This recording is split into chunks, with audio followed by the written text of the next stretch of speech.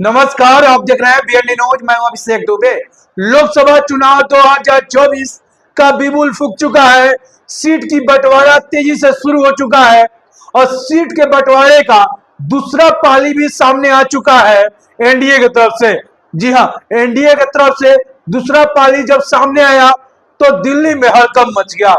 जी हां, दिल्ली में हड़कंप मचा कि 7 में से मात्र एक सीट जो बचा पाए हैं, वहां से 6 को परिवर्तन कर दिया गया है। जी हाँ, 6 को बदल दिया गया है।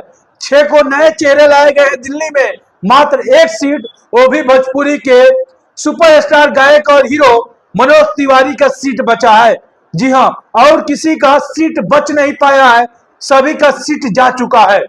जी हाँ, मनोज तिवारी जो कभी भाजपा के लिए बड़े नेता हुआ करते थे, उसके बाद पूर्वी उत्तरी से सांसद बने और वो अभी तक सीट बचाए हुए हैं।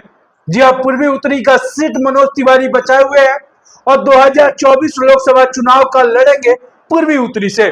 जी हाँ, मनोज तिवारी कुछ दिन पहले बिहार आए थे और कुछ दिन पहले भी ये लग रहा था कि मनोज तिवारी का सीट जा सकता है, लेकिन अब मनोज तिवारी का सीट नहीं गया है। मनोज तिवारी अपना सीट बचा लिए हैं। जी हाँ, 6 सीट जो परिवर्तन ही कर दिया गया है। एक जो सीट मान सकते हैं कि गौतम गंभीर वाला सीट जो था, गौतम गंभीर ने संन्यास लिया है, वहां से हर्ष मल्होत्रा को टिकट दिया गया है। उसके अलावा 5 सीट जो था जीते हुए कैंडिडेट चेंज कर दिए गए हैं, यानी पूरी तरह से साइडलाइन किया गया है, पूरी तरह से हटा दिया गया है। यह बताया गया है कि नए कैंडिडेट को चांस दिया जाएगा।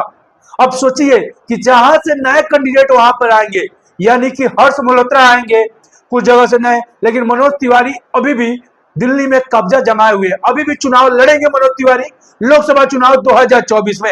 ऐसा लग रहा था कि मनोज तिवारी को बिहार लाया जाएगा, बलिया से चुनाव लड़ाया जाएगा, लेकिन अब बलिया से नहीं, पूर्वी उत्तरी से ही चुनाव लड़ेंगे मनोज तिवारी। वहीं से चुनाव लड़ेंगे, वहीं से चुनाव लड़कर वो जो भी गरीब जीते आ रहे वहीं से चुनाव लड़ेंगे।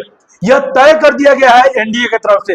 भाजपा के सीट से मनोज तिवारी लड़ते आ रहे हैं, कमल के साथ साई से, और वहां से लड़ते आ रहे हैं, वहीं से वो सीट पर लड़ते रहेंगे और वहीं से वो चुनाव लड़ेंगे।